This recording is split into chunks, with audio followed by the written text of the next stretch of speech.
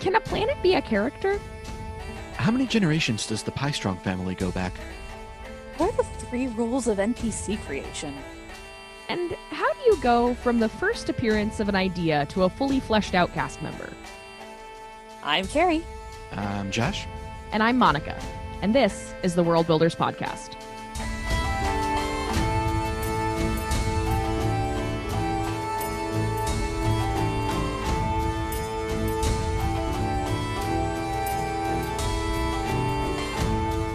Hello there. I'm Carrie. I'm Josh. And I'm Monica. And this is the Worldbuilders Podcast, because you can't build a planet without a plan. In this podcast, we, your host, explore settings in genre fiction by crafting them here and now for you, our listeners.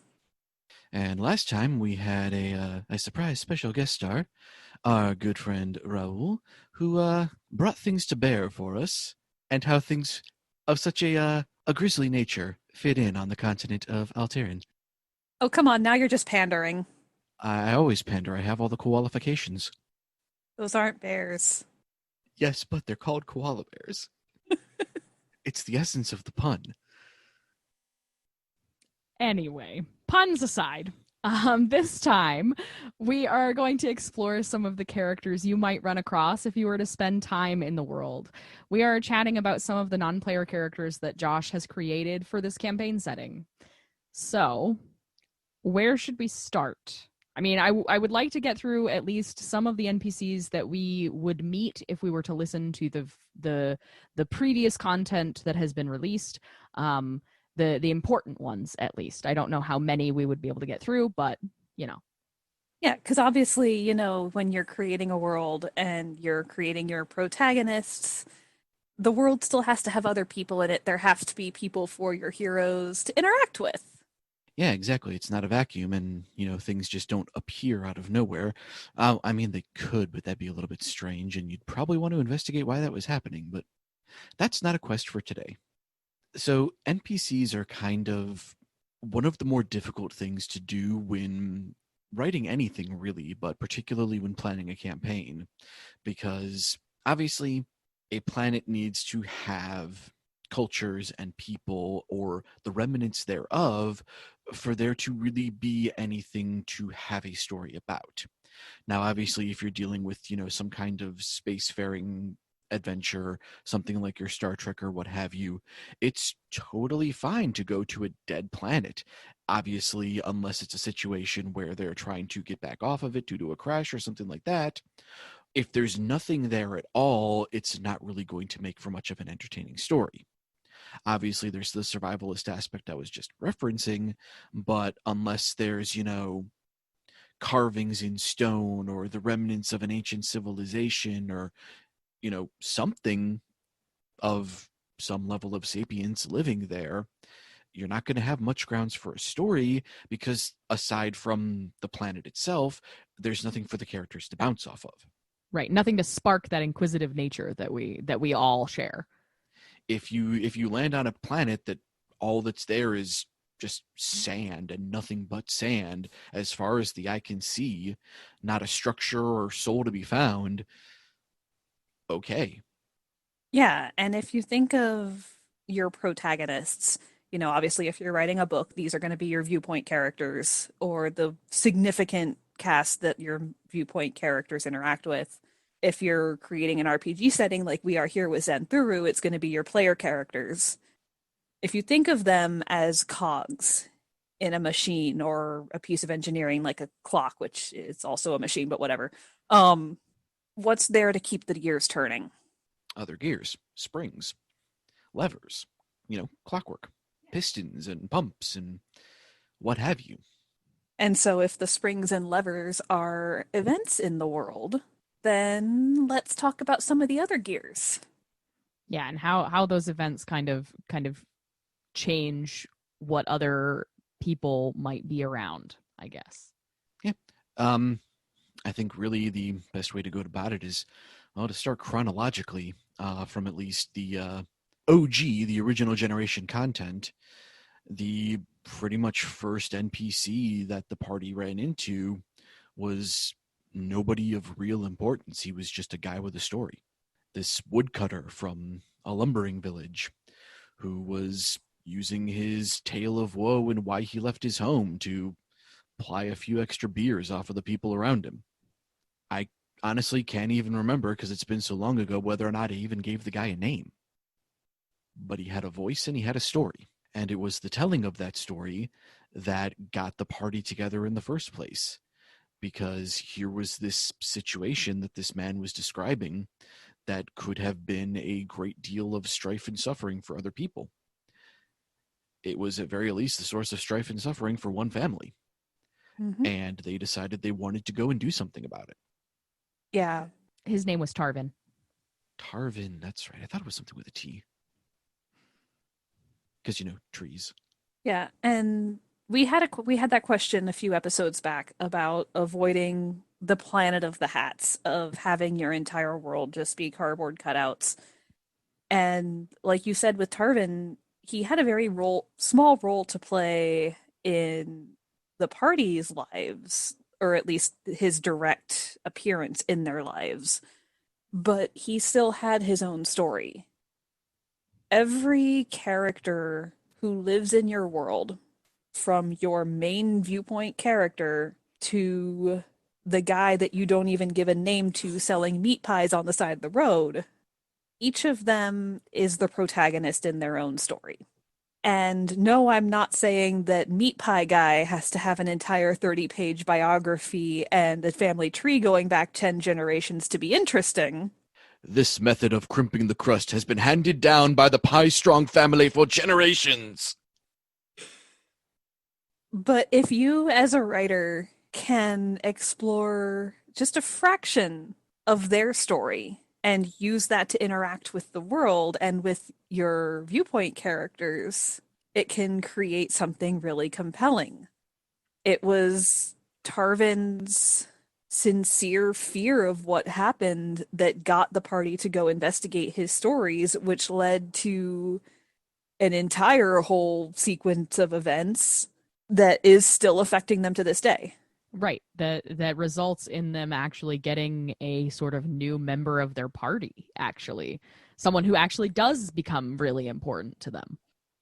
And it all started with a story in a bar and a shattered axe. I didn't need to tell the entirety of Tarvin's story to start the story. What he had to say and how he presented himself and his evidence, in this case, his shattered wood axe, was enough to get the gears turning. It was that first pebble rolling down the hill that started the avalanche. So when we're talking about NPCs, obviously there's ones that have certain levels of interaction with the party. Who was the first person that popped into your head to populate this world?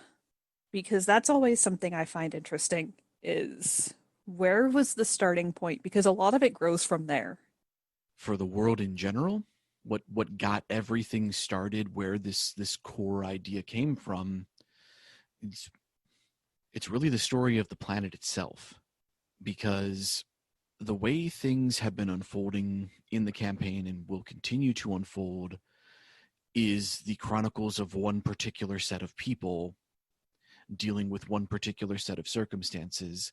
But the way I had established the world to begin with was so vast that there could be any number of stories occurring at the same time. The planet itself has interesting stories to tell that happened well before anything that's currently going on. There are stories that can be told there that occur well after, to where there might not be any record left of what's going on currently. Well, that's one of the things that I find really interesting about Xanthuru. And I think it might just be because of the kind of magic that we see on it, where it's about life, that it creates a bunch of stories pretty organically by themselves. You can think of pretty much anything and fit it somewhere on the world. Which is really cool to think about, the idea that, one of these days we might have other people running their own campaigns in this world, and knowing that their characters are out there somewhere living their lives and having their adventures while ours are having, our adventures. That's pretty cool. And that was my end goal. That's what I really wanted to strive for, even before I really had the notion of potentially making a campaign setting for Open Legend out of this was I wanted a world that wasn't limited in the scope of the stories that could be told there. Because, as I've mentioned previously in this series going from its beginning, was just how much storytelling means to me as a concept, and how important it is that I feel it is to civilization and peoples, and how it defines them, how it shapes them, how it helps them grow. As I mentioned early on when we were discussing the inception of the world to begin with, I didn't want something that was limited, that was locked in stone, that, there's a lot of stories that could be told on Middle-earth, but we only really know the one set. And because of the scope of it, it's like, is this only the really the only story that could be told there? If you look at the works of Robert Jordan, his Wheel of Time series, obviously they mention that this planet has a very cyclical nature, but it only really focuses on one set of stories repeating itself.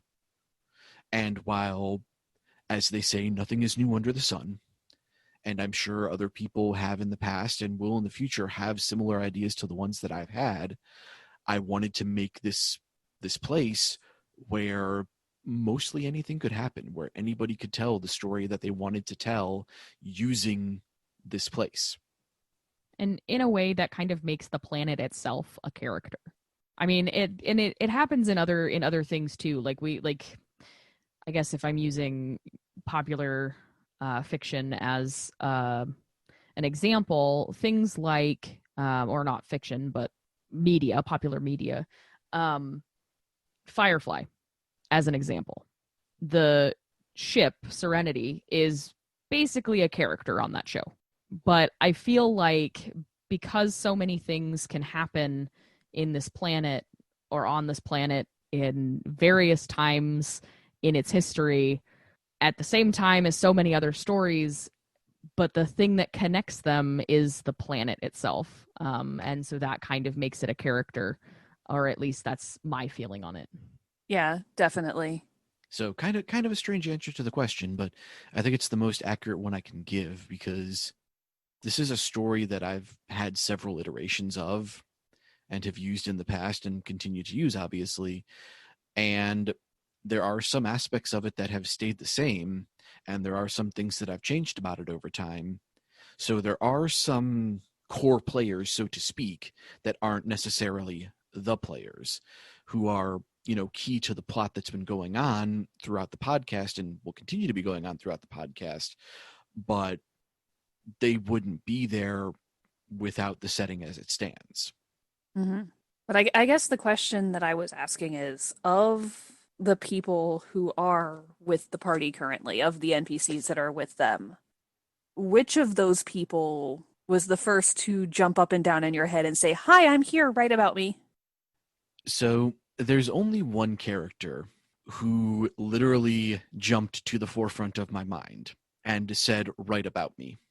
And it wasn't the first NPC that I made for the party. It wasn't even an NPC that I planned on making for the party. But go figure, this character that leapt from nowhere and demanded that their story be told quickly became a favorite of both myself and many people who listened to or even participated in the original campaign. And that was the Spear of Irion. He is definitely my favorite. Now, who is the Spear of Irion? Technically speaking, the Spear of Irion is not anybody. The Spear of Irion is a very unfortunate existence, depending on who you're asking, and you wouldn't get that answer from the Spear themselves. But they are the unfortunate result of somebody finding something from an age past and messing with it and experiencing unfortunate results.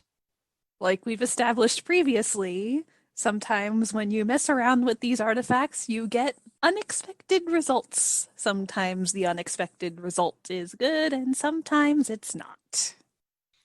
And it's really hard to say, pardon, depending on who you ask, where the spear falls on this spectrum, because the Spear of Irion is, as it came to be formulated, what happens when you take a weapon and give it a body.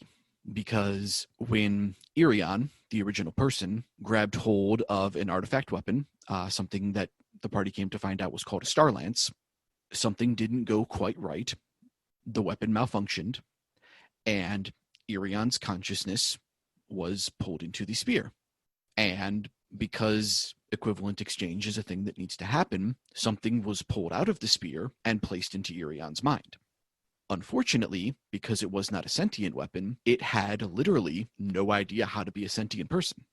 It had to literally figure everything out from scratch. And so now he has to take care of Irion's body while Irion is trapped in the spear. Yes. So, but talking about the creative process there, so you mentioned that the spear of Irion literally jumped into your head, and I remember that night because, so for those listeners who don't know, Josh and I are engaged. We do live together. I tend to go to bed earlier than he does, so he'll tuck me into bed and then go and do whatever it else is that he does overnight, whether it's writing, gaming, what have you. He tucked me into bed that night and then said goodnight to me as the Spear of Irion and shut the door with no context whatsoever. I didn't know that. I love it. And it was the strangest thing for me too, because this voice and this personality and how they presented themselves literally just came out of nowhere from the back of my mind into the forefront and said, "The Spear of Irion is here. You will write my story."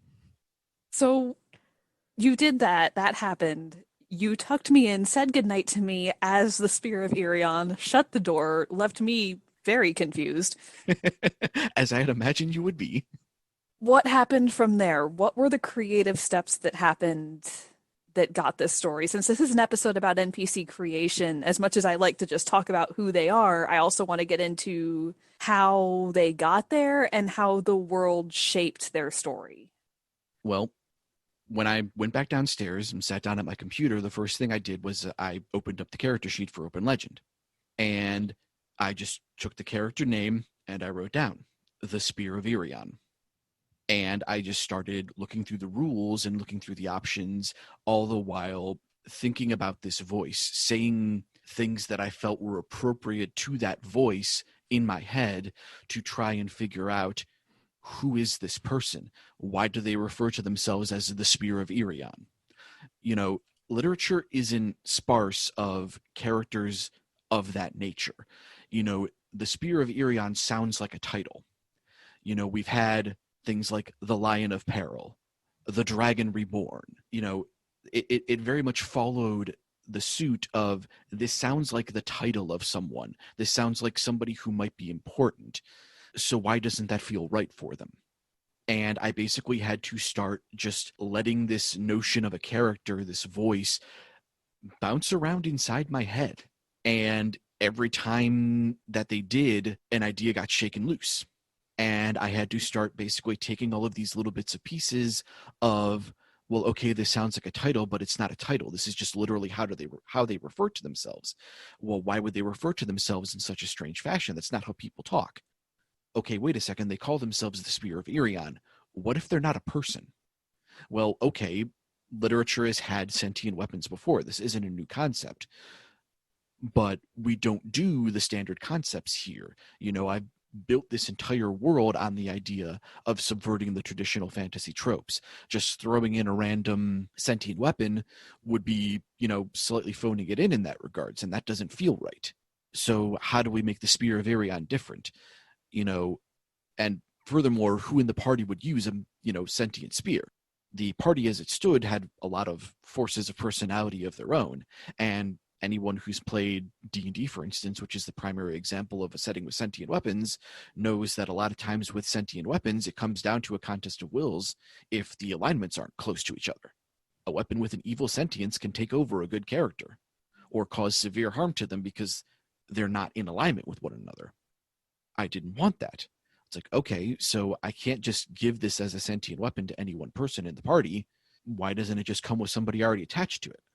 Okay, sure, but that's not something the party's going to like a whole lot. I know these people. I know the characters they're playing. The first thing they're going to try to do is get this sentient weapon that it's apparently controlling this schmuck, you know, separated and fixed up. Okay, well, what if that's not the case? Yeah, what if it didn't win a contest of wills? What if the weapon is just as confused about everything that's going on as the person who's trapped inside the weapon? What if it's not a malicious, intent?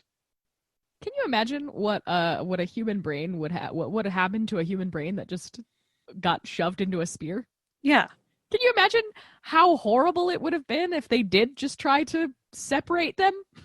Yeah, and like also imagine that you as a human being woke up one day.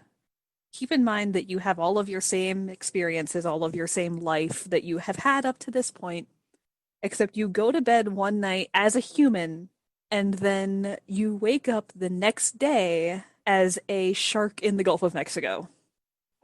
Okay, that sounds really cool. Sorry. Just don't turn into a pot of petunias. Or a whale. Oh no, not again. But yeah, like you would obviously, number one, be very confused. And number two, would probably not know how to be a shark unless you are a marine biologist. That is very true. I don't know that I would know how to be a shark. I'm not a marine biologist, obviously, but I don't think I would know how to be a shark. And if you are a marine biologist, then replace a shark with an animal that you don't know. Yeah. An insect. It's about as far from a marine animal that I can think of. Anyways, but yeah, so you would obviously be very confused. So now we have this spear waking up as a human. And being completely lost, because obviously, as I mentioned, this wasn't a sentient weapon to begin with. It was essentially an entirely new consciousness created on the spot by a magical mishap. The only thing that it technically knew, and this wasn't even a knowing in a technical sense because there was no sapience there, was being a weapon. And I don't know how many weapons we've got listening, but that's not exactly something that takes a whole lot of sapient thought. It's entirely up to the person holding it. Stab. Yay, I'm sharp. Stab. Would you like to defeat evil today? Put it back in the sheath, put it back in the sheath, put it back in the sheath. So I had this core concept now. We had this unfortunate situation where a consciousness was displaced from where it should have been, and a consciousness was created where it shouldn't be. And you had that mechanism already in place because you had already built the world around the concept of, or well, you had built the modern state of the world, I should say, the current state of the world around the concept that there's all these artifacts lying around that can actively make people's lives way better or actively destroy them. Or somewhere in between, which is what it sort of seems like happened to the spear. Yeah. Or sometimes both. Yeah. Depending on who you're talking about. So at that point, I had the character sheet open, I had the name down, and I started fleshing out the numbers, the details. Okay, this is something that is accustomed to being a spear. It's accustomed to being a very special kind of spear. It should at least know how to do that, but it doesn't know how to person. So I made this character out of this concept where they have absolutely no idea how to be a person, but they can be one, which makes them incredibly socially awkward. They don't understand any of the conventional humanisms. They did not know until they almost starved to death that body needs food. Until they almost passed out from exhaustion, body needs rest, body needs water, body needs a bath occasionally. There's this thing in the mouth that does the flapping things, and when I breathe out, sound comes out. And oh yeah, breathing is a thing. Luckily, involuntary muscles are a thing, so it would be really difficult to not breathe, I guess, if that makes sense. Yeah, I feel like the thing that most likely happened there is that Irion's body never stopped breathing, but it took the spear a while to realize that is breathing. Yes. When I stop doing this thing, the body does not seem to like it. The chest starts to burn, and it's not very pleasant. Also, pain is a thing. Discomfort is a thing. Hunger is a thing. And it takes more than just a whetstone to be good as new when you are injured. Mm-hmm. And that is one thing that I really love about, and I know that, so this episode, spoiler alert, in case you haven't already noticed, is going to be a lot more game mechanic-y than our previous episodes. Like, up until this point, it pretty much feels like we could have been talking about the setting for a book or for a game. But the intent here is a game setting, so talking a little bit more about rules because we're actually building people now. This is one of the things I love about Open Legend is the process that Josh is describing. Okay, you can pretty much go down the list. Okay, they're bad at this, they're bad at this, they're good at this, and kind of build out your abilities from there as the character informs you of their strengths and weaknesses, rather than having to suss out the entirety of their capabilities and hopefully find a class race combo that fits them. You can just do it. That is definitely the beauty of the Open Legend system, and that it allowed for such things to happen because the thing that became very clear even from the inception of this voice coming out of nowhere was the idea of just leaping, bounding out of nowhere, bouncing around inside my head until I figured out the details of who this character wanted to be. Obviously, this is a spear. Spears are generally a thrusting weapon, a reach weapon, something you set against a charge, and occasionally, depending on which setting you're using for, a spear is something you drop on people with from above. I took a little bit of inspiration from one of my favorite other fantasy classes out there, the Dragoon from Final Fantasy. The armored character that leaps into the sky and comes down turns later to deal massive amounts of damage because they're dedicating all of their time and energy to building up terminal velocity and then turning that terminal velocity against whatever unfortunate sap is underneath them. Terminal velocity, indeed. This is where the idea came that of what kind of spear the Spear of Irion was. They weren't just any old magical, spear +1 of stabbing. This wasn't the Spear of Dragon's Bane or Construct's Bane or Goblin Bane, because we didn't have anything like that. I made the setting specifically to not have things like that. Well, what makes this spear special? It's a star lance. Why is it a star lance? Sure, it's not technically a lance, but it sounds better than star spear. Because, man, that thing lets you jump. When you can soar among the stars and bring their fury down upon your opponents. So we have this magical weapon that both increases the ability of the user to leap far higher than any regular human could ever hope to leap, and then come down without shattering every bone and organ in their body. See, that is the feat right there. Yeah, that's a little bit powerful, sure. But in this particular instance, it comes with a hell of a downside.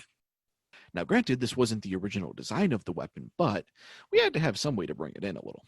But that is all that it does, cosmetically and mechanically speaking, is it just makes this individual really good at leaping. Well, okay, how do you leap in Open Legend? Well, you either use your strength or your dexterity, or in this case, your might, or agility, whatever it is. It's been a while since I've looked at the rules, I'm sorry. It's might and agility. I mean, I'm sure you're not the first Open Legend player to refer to them as strength and dexterity, to be fair, just because so many of us learned in other systems that call them that.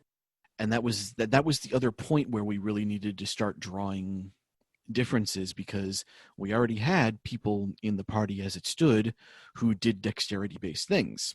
And we don't want to infringe on their territory, because then you start getting into conflicts of, well, I wanted to do this thing, but I'm good at this thing. And that doesn't make for compelling storytelling when the people are fighting each other. Exactly, especially since we already had a heavily armored might-using spear wielder in the party to begin with. Okay, well, how do you make this one different from that one to where they can still have their own thing, capital T thing, and still thrive together? Because you got them hops, you got the leap, you got the bound, and that was really about it. Because it's an NPC, and clearly you don't want them to ever outshine the player characters in a campaign setting, they need to be very laser focused in on singular concepts and tasks and mannerisms and things that you wouldn't want basically leeching into the spotlight of the people you're playing the game with. Because, yeah, it's fine for the guy running the game, in this case me, to have NPCs around, to join in on the fun that you're trying to create for everyone else around you. There's nothing wrong with that. What is wrong is when you're the guy behind the screen trying to run the game and also enjoy the game at the same time, and creating something that completely drags the spotlight off of your characters. Right, because you're writing this a little, I mean, well, you're playing this a little bit for yourself, but mostly for the people who are playing in the game with you. It's collaborative storytelling. It's not a one-man show. You don't ever want it to feel like a one-man show, because then the people who are playing with you aren't going to want to play with you. Because if you're laser focused as a game runner on making sure that everything makes it perfectly clear that you're the one running the show, that your NPCs are better than the PCs that are playing with you, you might as well be writing a book at that point. Yeah, so I guess one of the biggest pieces of advice that we can give when creating an NPC is a certain set of rules, let's say, the Worldbuilders rules for NPC construction. The NPCs should never outshine the PC, number one. Number two, they should be of some use to the party. They should be able to help in some way.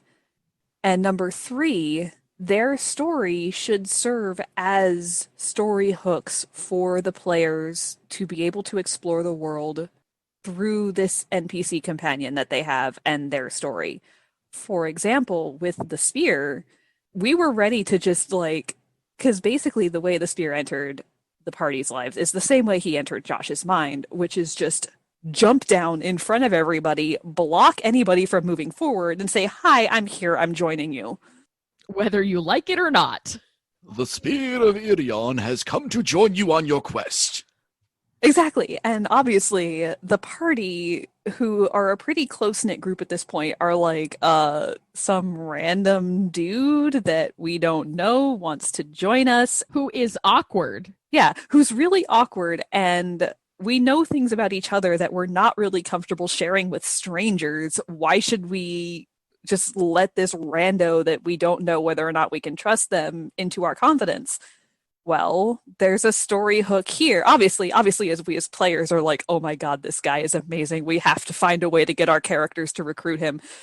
Because we don't want to break character, right? We don't want to derail the story and make our characters act against their programming, so to speak.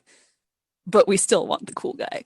So obviously, Josh, as a knowledgeable game master, knows this. So what does he do? He has the spear tell a story of how this swap happened and say, listen, I've heard about you guys. I think if anyone can help me give Irion his life back, it's you guys. Will you help me? And boom, there's a story hook. Right, because they all want to know to fix things. That's part of being in an adventure crew that is largely good in traditional alignment senses. They want to fix things that are going wrong in the world, and this obviously was something that went wrong. Yeah, and so there's the story hook for us to bring him on board and be like, okay, we'll help you. And also, following rule number 2, he helps the party because, again, going back to the open legend system, one of the things that I really like is it's not all about combat. It's about, first and foremost, telling a story, and sometimes combat is involved in that. So what does the party do with the guy who can jump literal miles into the air and not get hurt? We use him as a scout. Hey, Spear, can you please jump up and tell us which way we need to go? Can you get our bearings for us? And off he goes. Which is a good non-combat way to use an NPC. He brings something distinct to the party. He has a story to tell, but it's not a story that outshines anyone else's. And yes, as a character, the Spear is very bombastic. They're very boisterous. They're very loud. But it's because they don't really understand conventional social norms that might otherwise cause them to think, oh, maybe I shouldn't be speaking so loudly. Maybe they don't need to know every single detail of what's going on. You know, there was an exchange when the Spear was first brought in that, you know, well, are you properly taking care of Irion's body? And the spear responds, yes. The spear provides the body with everything it needs: food, wine, women. Yes, because he heard from a straight male in a bar that one of the human body's needs is women. And of course, the spear doesn't know any different. The spear couldn't find any books on how to human. And so, what do we do with that information? Well, first of all, the party, like, obviously, most people who are listening to that thinks that the spear was talking about sex. But the spear doesn't know what that is. He literally thinks that being in the same vague physical vicinity of a female presenting person is necessary for him to be alive. He's awkward. But this makes for compelling storytelling. Because does the party correct him? Does the party actually realize, that he doesn't know what he's saying and what he's implying? It gives opportunity for things to happen without drawing too much of the spotlight off of the party, because then it becomes a matter of how does the party respond to something like this? I think one of my favorite responses to the discussion of are you taking care of this living body that you're inhabiting is when they asked the party's necromancer to check if he was still alive and not just piloting a corpse. So yeah, obviously there's more to the spear, but that's the essence in a nutshell. That's where this character lives. That is their niche, is they are a companion of the party who very much enjoys being part of the party, who very much has a reason to want to be exploring and be part of the party, but doesn't necessarily have to be the party. Right, and can sit sort of on the sidelines, but still be an enriching part of the experience for both the players and the listeners for this setting. I have a question actually about a different character. Okay, shoot. I love, as much as I love the Spear of Iron, we could go on and on and on and on and on. We only have so much time for this episode. So another of the party's favorites is Remy. And of course, I know that he's one of your favorites as well, Josh. So of course I picked this one on purpose, but I think we should introduce Remy before we have to wrap up.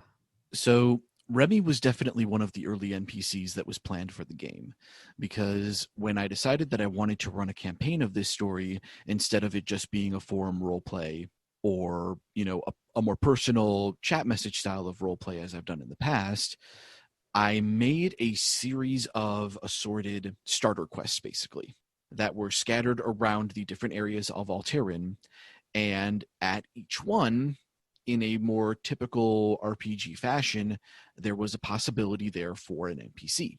Some games give you a very limited number of player characters in, the more traditional RPG sense. Your Final Fantasies will give you your fighter, your red mage, your white mage, your blue mage, your thief, your what have you. Games such as the Suikoden franchise give you 103 different characters to recruit, which is a lot. Games like Chrono Cross and Chrono Trigger gave you characters that you could elect to not take with you permanently, characters that you could elect to have their story impacted by other characters you choose to take. In Chrono Cross particularly, it's literally impossible to get every character in one playthrough, because picking certain characters shuts paths off for other certain characters. And I thought that was kind of an interesting mechanic to incorporate into a campaign setting, to where here are these 3 hook quests that could be taken at pretty much any point in time early on in the campaign that could potentially result in 3 different NPCs. Now, in the case of this particular campaign, the party did manage to go through and actually collect all 3 of them, but that's not to say that another party running through the same scenario would have done the same things. And so, as we mentioned at the start of this episode, when we talked about Tarvin and the quest hook that he dropped with his Shattered Axe about the phantom in the woods that was plaguing his logging village, there was an NPC to be found there. And this is where Remy comes into play. Now, those who have listened to previous talks or listened to the original material, Remy is a golem. He's a construct, a magical robot. The party didn't know this at first. They met Remy in very dire straits, out in the middle of the woods where not a whole lot of people are or should be, considering its close proximity to a mountain full of xenophobic rock people. And what they encountered was a very large, very slow, very ineloquent something covered in pieces of hide and bark and various plant matter, because it had been in that forest for a very, very, very long time, to the point that it had actually become part of local legend. And so, in creating this character, this was one of the few times where I wanted to really play with one of my favorite concepts. And that is what happens when you give a machine something not necessarily inanimate, but unliving, that spark of life. When you give it the ability to make decisions for itself, when you give it a sense of sapience, of sentience, of self, what happens to something that was built for a purpose when it can actually stop and think about that purpose. And in the case of this original quest that the party decided to embark on, they found out through Remy that what was going on in that area was a lot deeper and a lot darker than even the people who had lore and legend about it knew it was. This old war machine that had been living in the woods for hundreds of years, that everyone was afraid of as some kind of horrible phantom, was actually protecting them, because there was something in the woods, something a lot older, something a lot less nice, that it did everything it could to deal with to keep the people of the village safe. But the only way it could really do that was by also being something kind of spooky. By literally scaring them out of the woods where their lives would have otherwise been in danger. Which is a nice strategy. Well, it was the only real strategy that it had to work off of, because as the party came to find out, once they had connected a little with Remy and dealt with the actual problem, he was almost out of power. This old war machine that had been in those woods for so long, acting on the last bits of its programming that it could remember, which was to protect the people of the continent, because it had been built at a time when the continent was unified, had just about run itself out of steam. And there was a confrontation that could have quite literally ended in the loss of that NPC had the party chosen to go with the concept of stopping it from doing what it was doing and attempting to get a little juice back. Yeah, because here's the thing with Remy. We've talked about the Garriks in previous episodes. These war machines that people in the modern times, in the current era of Xanthuru, or at least on Alteran, blame for the destruction of those two nodes and the creation of Zan's Lament and the end of the Enlightenment era.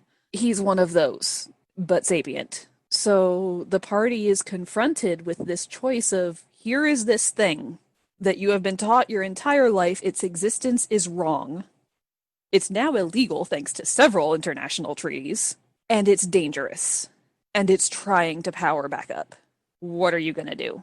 And in that case, Remy's story of him having survived, first of all, from that period up into the present and trying to wake himself back up, intersects with the party's story of their adventures, and the choices that they make in that moment change the outcomes of all of those stories. It affects their relationships with Remy, because eventually the party, spoiler, chooses to save him. It affects their relationships with Remy because he remembers who argued for him and against him. It affects the story because now he's there when he otherwise wouldn't have been. And now he's fully operational. Mostly. It affects how they operate from then on, because now we have a party member whose existence is literally illegal. So how do we deal with times when we need to go into town? And it affects their relationships with each other, because Remy isn't the only one who remembers who argued for shutting him down versus letting him live. And all of those story hooks and all of those developments come from the story that Josh initially gave Remy, that the players then took and ran with. Yeah, because it could have gone other ways, but because of how the party decided to embrace Remy, it created all of those story hooks. Now, they could have decided to just get rid of him or not power him back up or, whatever. They could have just found a way to dispose of him, which would have been admittedly out of character for almost everyone in the party. But No, disassemble. yeah, if they had gone that route, it would be a different set of similar story hooks, because they would all have that shared. Some of them may have that shared regret of not bringing him with them, but some of them might be relieved that they don't have a terrible war machine that could kill them at any moment in the party. So it creates similar but different story hooks depending on what is chosen as far as what the party decides to do. Yeah, and now we have the additional story hooks of, okay, well, now how do we handle taking Remy into town? Because that's just going to be a thing for the entire rest of their travels. They have to figure out, what are we going to do with Remy? And they also have Remy's story to tell and to explore. Yeah. It's not over and done with. It could have been, and that still would have changed things, but that's where it makes me feel like I had created a good NPC, because it participated in the story. It had its own story, but it didn't overwhelm or overshadow anything else that the players wanted to do. It linked up and it became that gear in the grand turning of everything. Yeah, and that is something that all of the party member NPCs that we've unlocked over the course of our season 0 adventures have in common, is that their stories never overwrite the story that the party wants to tell. They join the party and the agreement is basically, we will help you with what you're doing. Can you please also help us with what we need at some point? Coexistence. A lot of these party members have very long-term goals that aren't going to be solved immediately, even if it did, if the players decide to jump tracks and go focus solely on one person's story or another. So we can have things where, okay, come with us, and as we're doing this other stuff, we will continue to use our resources and the information we get along the way to research your problem and work towards a solution. Your NPCs should always be willing to follow the player's lead unless there is a reason for them not to, written into the story. And that's actually a pretty decent place to cut this one and create a hook for the next episode, because there was actually an NPC that almost wasn't. A story that, the way it happened to unfold, could have very easily had a very different outcome depending on the way the cards were played. Oh. Ooh. And also a fourth NPC that I think everybody knows but nobody really wants around. Ah, yes. So look forward to hearing more about them, and maybe, just maybe, we'll be able to squeeze out a little more time for a couple other matters at hand. And yeah, if you'd like to hear some of these strands of stories that have been woven into this grand tapestry on the loom so far, feel free to check out the minisode series that we will be releasing leading up to the season 1 of the Xanthuru campaign, to get everybody up to speed on what has been happening so far, so that they can come in fresh, bright-eyed, and bushy-tailed, and ready to experience this adventure's continuation with the rest of us. Yeah, because we don't really want you to have to listen to, what is it, almost 100 some odd episodes of season 0 content in order to be current with the story. So we are going to give you a nice little summary of things that have happened so far and all of the relevant story bits, so you can jump right in on this crazy train with us when it gets going. Yeah, the Cliff Notes version, so to speak. Before we wrap things up completely, we do have a question from Melons Away, or Kyup, as his username currently is on the Discord, looking for any tips on how to build an NPC on the fly if you need one. So building an NPC on the fly can be difficult. it really comes down to knowing what you need them to exist for and not deviating too terribly far from that. In the case of, like, Tarvin, for instance, I knew I needed someone to drop this story hook, so I made it someone personally involved in the story telling it. I knew how they came to being there to tell this story. I knew that they had something that gave weight, gravitas to his words in the prop, really, of the shattered axe that he was still carrying around. The guy didn't even really give himself time to throw out his trash. Something bad happened. He got the heck out. He was maybe not the best idea self-medicating to deal with the problem. Yeah, it really comes down to, like Josh said, knowing what you need. Why does this person need to exist? And what do they need to accomplish by existing? That is one of my absolute favorite things that I've picked up from being on the Open Legend Discord from the man in charge, Great Mustache himself, is his question is always, when a player wants to do a certain thing, what do you want to accomplish by doing this? And the same thing goes when you're creating an NPC. What do you want this character to accomplish? Take that and apply a metric load of cause and effect and if-then statements, and you will have the immediate circumstances surrounding this character and hopefully some semblance of a personality to fill in most of the beginnings of a character. And then from there, if you need to fill in any gaps, just throw in a couple little quirks. Yeah, because what you want to avoid doing is invoking the sexy lamp trope. And for those who aren't familiar, the sexy lamp trope is unfortunately generally attributed to female characters. And it is the fact that if you replaced this character with a sexy lamp, would it matter to the plot? So when you're making an NPC on the fly, obviously they need to be there for a reason and you need to be aware of this, but you need to make sure, one, that they aren't just a cardboard cutout holding a sign that says plotline this way and an arrow, but you also don't want to sit there and stay up until 6 o'clock in the morning figuring out why this voice is bouncing around your head talking about itself in the third person. I also think that it really just comes from practicing. Being able to come up with characters really quickly, especially if you're in the middle of a session and you need an NPC because you didn't have time to come up with one, or because your players are going into an area you didn't really populate yet.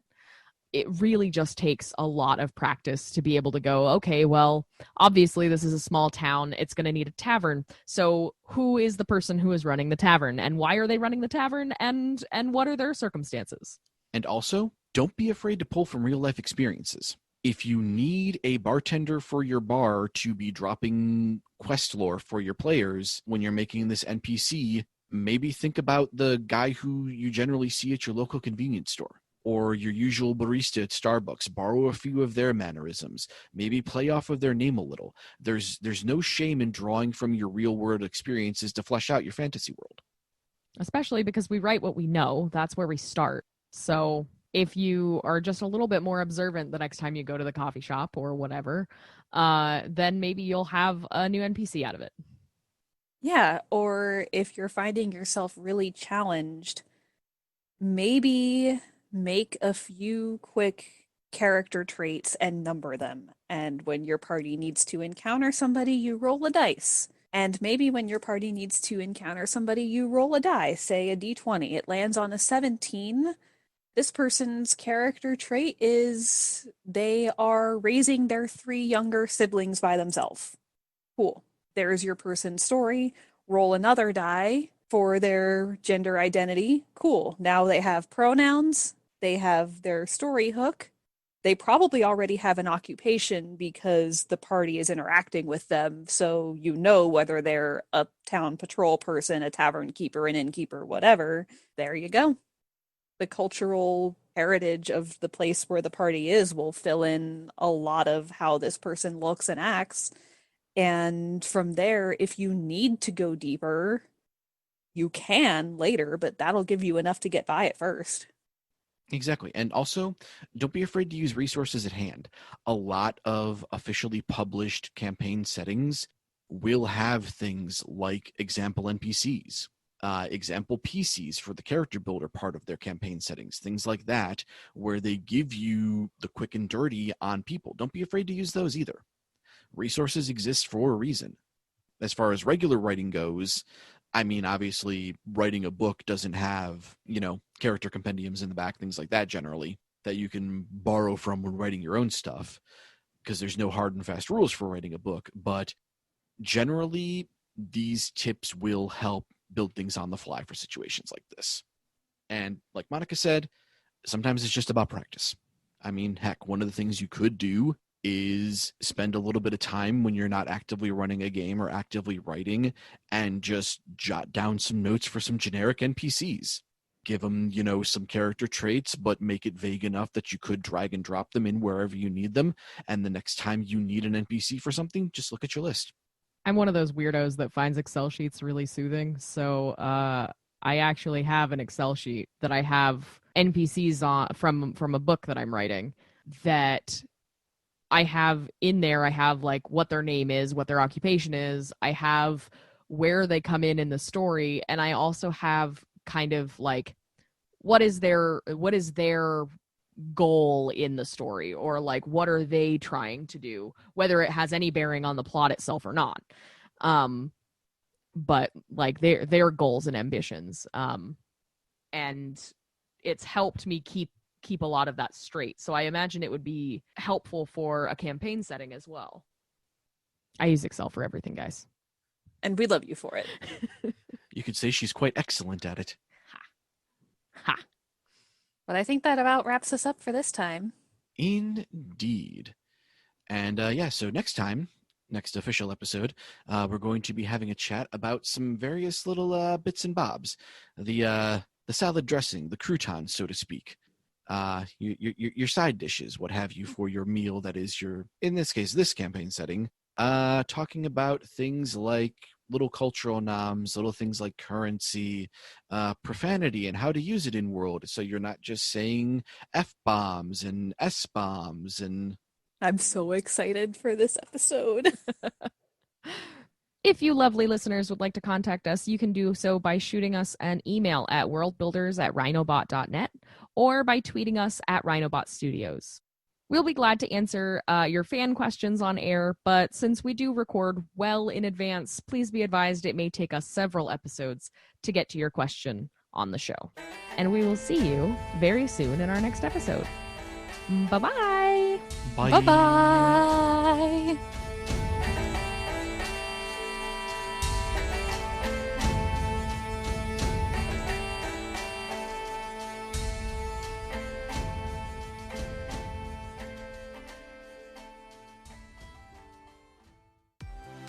This show is a member of the Rhinobot Studios family. For more information, including show listings, team member bios, social media links, and our community Discord, please visit rhinobot.net.